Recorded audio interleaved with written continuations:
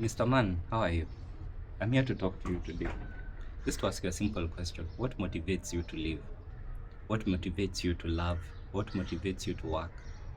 Are you driven by your purpose, or are you driven by other things that we can lose, that we were not even born with? What defines you? What motivates you? And I'm here to talk about the married man because I realize most married men have made their families their purpose, have made their spouses their purpose. And most men are actually motivated by their wives and children to work hard. But you remove the wife and children out of the picture, the man is nothing. He's a nobody. Simply because most of us men bought into the idea that, when you get a family, you'll be able to work extremely hard. And some have been pushed to that place. I don't disagree because they cannot be self-driven unless there's pressure.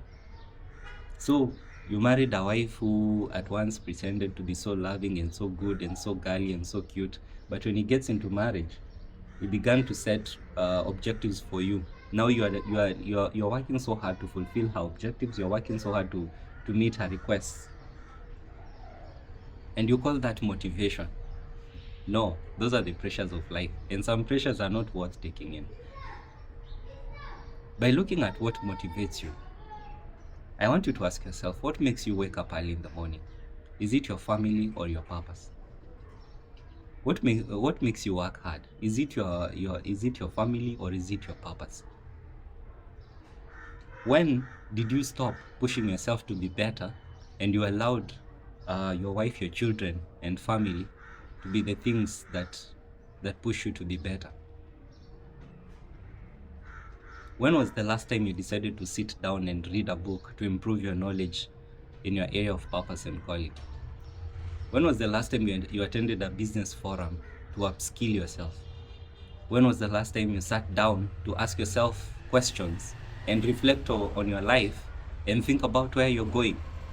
When did you last have time for yourself? You just took yourself out, sat somewhere, be it even if it's to take yogurt or go by the beach, or go just somewhere and have something nice, maybe even sit at the rooftop just by yourself and think about your thoughts. The reason why I'm asking these questions is because so many men are operating on a crisis mode, and they are climbing the ladder of success on the wrong wall. And actually that wall will crumble with time. If your children are your motivation, one day they will leave the nest. What will you do? If your wife is your motivation, one day she will die. What will you do? Marry another one so that she also gives you pressure to become better. I want you to look into yourself and remember that young man who you once was or who you currently are. You have goals and dreams.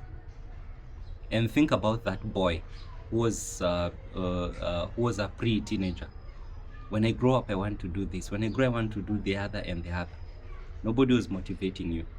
You are pushing yourself to excel, especially if you had parents who told you that, if you don't excel in school, you will end up being a watchman and all that. And I know being a watchman is not a bad career. It's not a bad career. If sometimes life dishes you things out. I know of security guards that even have masters, they've read and all that. It's only that they've not gotten an opportunity. But I'm just using the word watchman because those are the things that our African parents tend to tell us. So I want you to think about yourself, and I want to challenge you to be your voice of reason. I want to challenge you to connect yourself back to the one who created you, God, and find yourself in Him. And this we can see in John chapter 10. There's a place that it says that my sheep come into me and they go out and they find pasture. In Psalms 23, it tells us that the Lord is my shepherd, I shall not want. The word is, and He says that He leads me beside the still waters. He leads me into green pastures and all that. Why? Because when you're connected to God, He will point you to the reason why He created you. Then your life can begin to have meaning. Then you can begin to ensure that your times are redeemed. And this we see in Psalms, I believe, chapter 90, verse 10, the prayer that Moses made, that teach me to number my days that I may have a heart of wisdom. Numbering your days is not just saying that, Monday today is date 1, date 2. No. Numbering your days is giving your days purpose and saying, this day I'm going to do this in line with my purpose. That's how you ought to live. Then your heart will be wise because you will learn how to use time. So my advice to you, man, is that family and all these things, I know they are good things to have, but they are not our grand fulfillment. Our grand fulfillment is when we leave a mark in the world. When we leave a mark in the world, a mark that only God has given you to leave. So I want us to go back to the place of being motivated internally, motivated to be the best that God created us to be, motivated to beat ourselves, motivation to even beat addictions, to beat whatever challenges that you are carrying and all that, to spearhead yourself to being a better man. I want you to be a better man.